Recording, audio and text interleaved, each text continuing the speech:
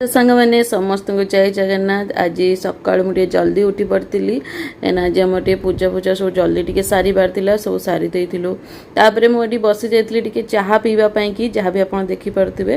तो आज आमर होता मंडा पिठा सका तो सका सका जेहतु होता मुझे सका ब्रेकफास्ट खाली मंडा पिठा ही खाई आउे ये लंच पाइका जोटा कि मुझे बसई देती खाइबा कहीं जेहेतु आज साधा थिला आमर बिना पियाज रसुण थिला तो से लगिका मु बने देती बिना पियाज रसुण जोटा देखिपे अरुआ भात ता संगे आमर आज होता घांट तरकारी डाली होता कि भाविलु चलो घांट करदे।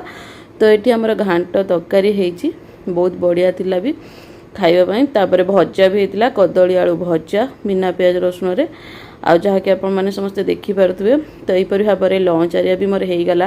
तो यहीपरि भाव में आज दिन मोर कटिला। जदि वीडियो आपण समस्त भल लगे लाइक करेंगे शेयर करेंगे। Thank you.